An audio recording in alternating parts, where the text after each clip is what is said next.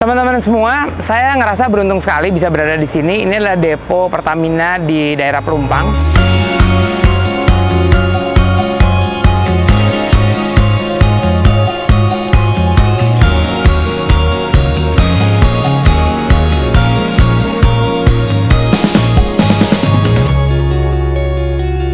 Yang selama ini mungkin nggak pernah tahu bagaimana sih sebetulnya proses bahan bakar itu sejak mereka dibuat sampai lokasi sampai dengan ke tangan customer.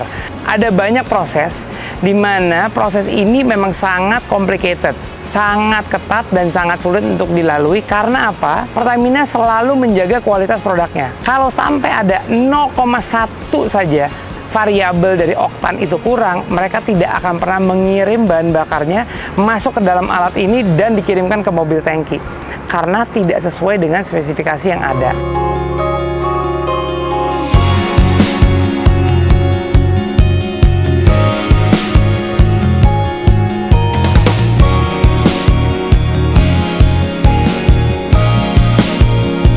Harus sesuai dengan spesifikasi. Dan juga ini setiap hari kita uji. Jadi setiap penyaluran, setiap yang kita kirimkan ke SPBU, yang dari mobil tangki ini kita ambil sampel, kemudian kita uji di sini. Oke. Random check ya, pokoknya selalu setiap hari. Random check setiap hari. Jadi setiap pagi, dini hari sebelum kita hampir 24 jam. Ya. Jadi setiap jam 00 kita mobil pertama kita ambil sampel untuk memastikan kualitas, kita uji di sini. Itu jika memang sudah on spec, sudah memenuhi dari laboratorium, sudah on, baru kita bisa keluarkan mobil. Jadi masing-masing spesifikasi bahan bakar itu punya proses destilasi, di mana bahan bakar itu memang punya berat jenis.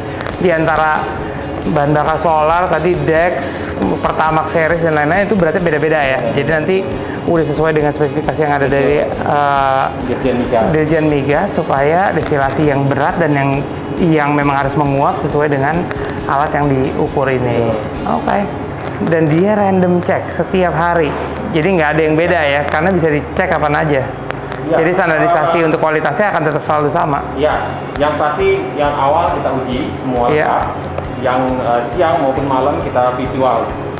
Ini prosesnya berapa lama? Proses pengujian ini ya? Iya.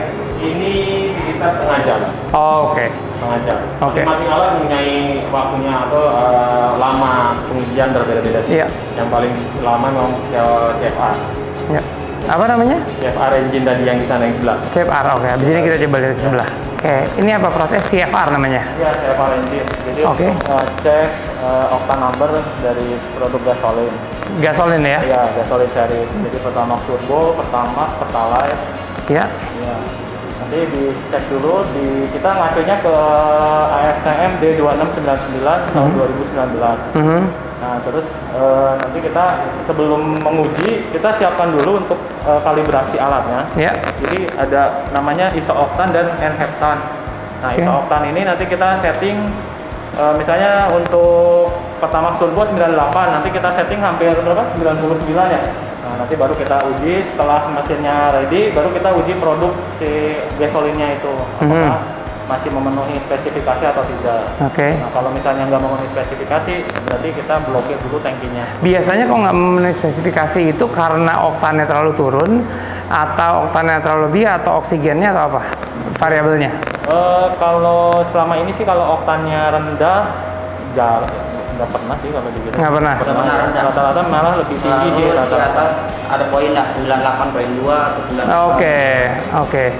Justru itu kan adalah challenge yang paling besar yang selama ini orang bicara. Justru sebetulnya begitu di laboratorium sebelum ditransport, oktannya malah lebih daripada yang disebutin. Ada poinnya gitu. Iya. Karena kalau di bawah poin itu udah nggak bisa keluar kan. Berarti kan barangnya harus dicek dulu. Iya. Random sampling test selalu dilakukan setiap 24 jam dan masing-masing produk melalui tes lebih dari 3 sampai dengan 6 jam. Oleh sebab itu, kualitas produk Pertamina yang dikirimkan di mobil tangki pastinya nih ya, sudah melalui proses tersebut.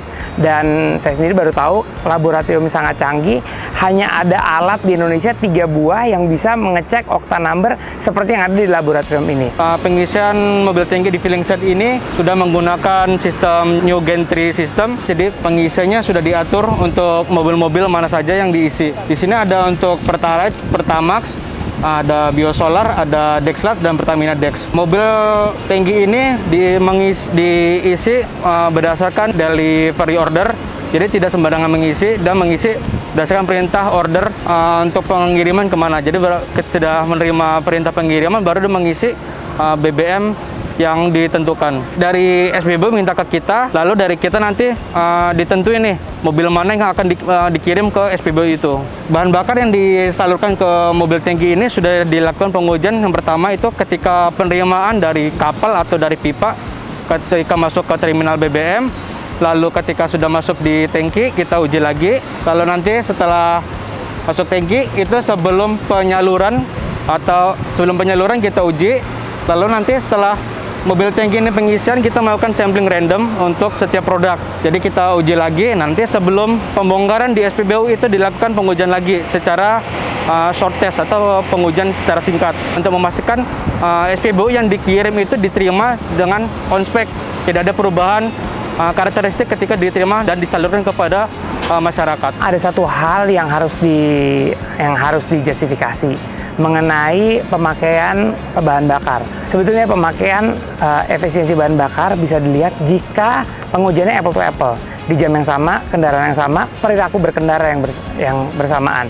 Karena di lokasi yang sama, kalau trafiknya beda, itu akan hasilnya juga beda.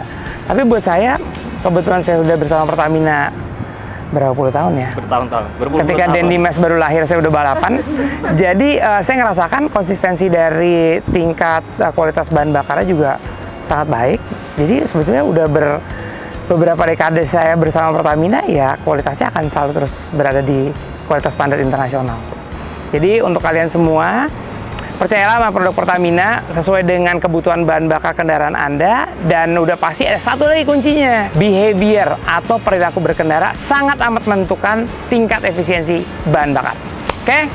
Gua cabut dulu karena ada acara lain.